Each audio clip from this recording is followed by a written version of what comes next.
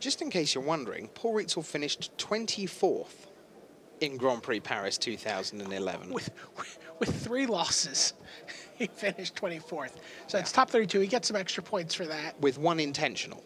Right, One was one an intentional loss. I wonder if it'll say on his record IL rather than ID. Intentional loss for Rietzl. As the players are getting ready for game 2, Both players and we keep this game. are away with Ben Stark nearest the camera, up against Proto Amsterdam champion Rietzl, who once again begins with the perfect turn 1 step links, although this time looks like... Oosted. Yep. Ousted. Oosted. 3 life, right? That's the first time I think. So Rietzl goes up to 23, which is not going to concern Ben unduly. It's one of those cards oust with, if you like, no downside.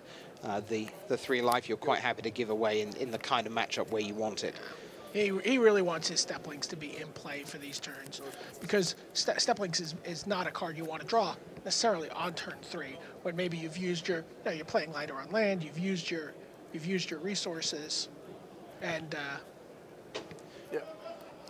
so here we go with Preordain. There's a Celestial Colonnade going into Ben's hand. Looks like we see a couple of Day of Judgments. Gideon Jura, Jace the Mind Sculptor. Plenty of Planeswalker action. Not so much excitement on the Rietzl side of the board. Plenty of land. He's got Step Links and Squadron Hawk.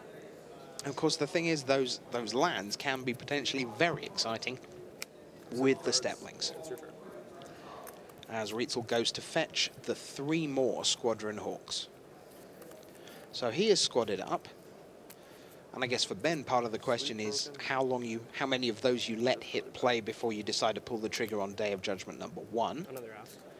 Okay, gotta keep shuffling. And this looks like another oust. Oh, maybe not. It's Ben shuffling away. Yep. So Rietzl up to 26. More importantly, Ben Stark at 20. And this is how he would have drawn it up. Let's keep the pressure off for as long as possible. As Rietzl has his full complement of Squadron Hawks and a bunch of land.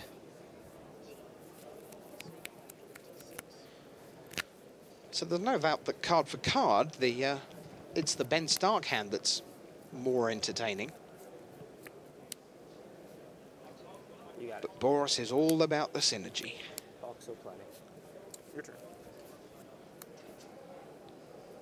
So Rietzl adds to his board position with multiple Hawks. And now some Hawks for Ben Stark. I think only 2. Yep. 2 puts me to And although he has Day of Judgment, I guess part of the thinking there is that he gets to shuffle his library and perhaps go in search of more land. Well, he's certainly thinning his deck, so he's more likely to draw land. But I mean, he also wants to trade. I mean, he's happy to also sit here, block and trade those guys, and then build up to a point where, he can win it later.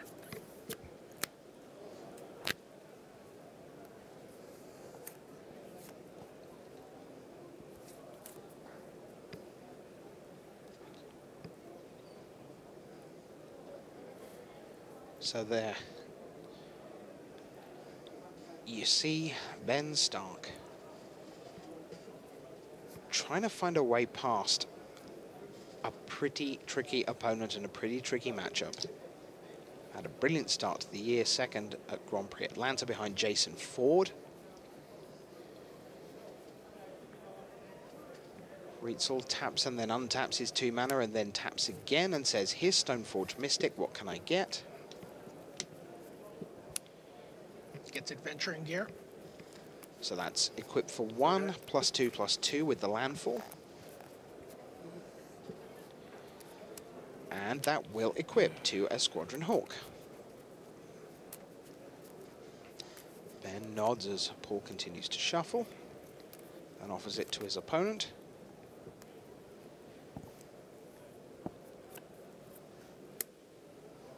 There's landfall with Evolving Wilds. Rietzl has the option of another landfall trigger if he sacrifices the Evolving Wilds, but chooses not to, comes in.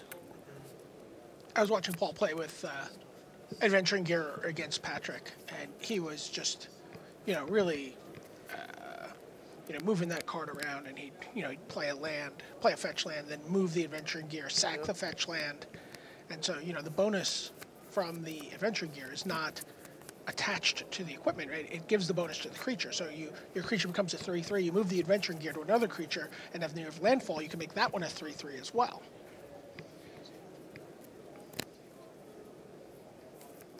So another Squadron Hawk from Ben.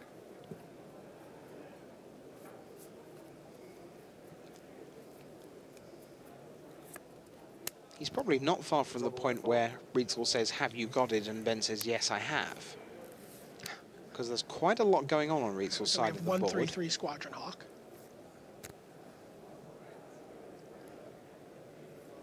So he can sack the Evolving Wild, move the Adventuring Gear again.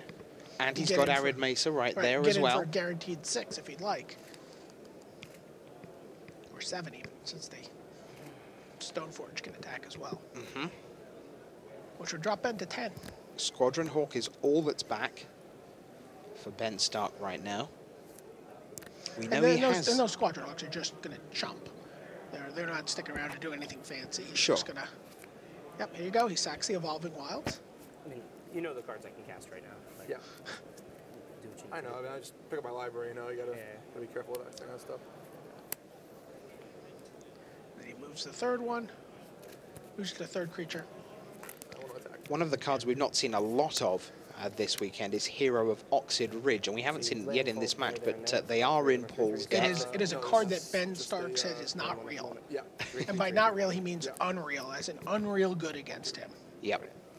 You see how he's holding the, fort with his Squadron Hawks. Well, if an Oxid Ridge had come down here, then he can't block, everything battle cries, it's... Total blowout. Yeah, that's just a blowout card in this matchup. So Ben sticks a Hawk in the way. They do a little bit of housekeeping. So he says take 5.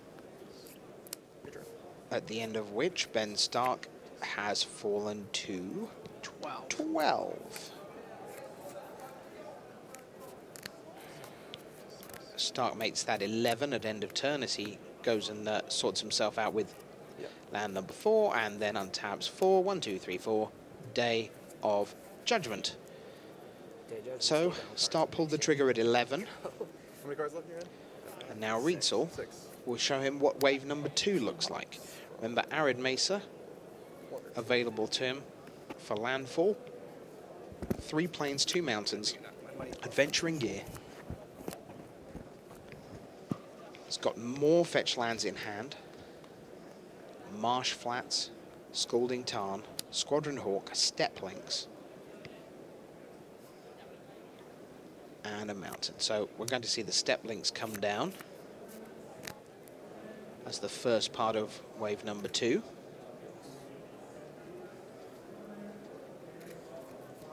Rietzl looking at Squadron Hawk,